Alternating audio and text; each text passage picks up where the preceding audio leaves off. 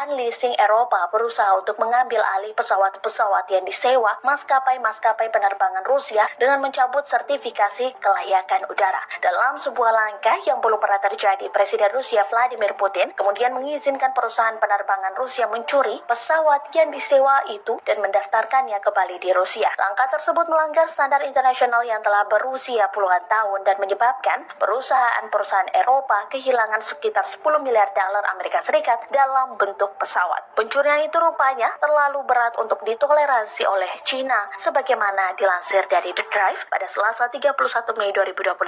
Administrasi penerbangan sipil China mengumumkan awal pekan ini bahwa pesawat-pesawat curian itu tidak lagi diizinkan terbang di wilayah udaranya. Sebagian besar armada pesawat yang dimiliki maskapai penerbangan Rusia adalah Airbus atau Boeing. Terdapat 1.287 pesawat yang dioperasikan. Dari jumlah tersebut, 728 diantaranya adalah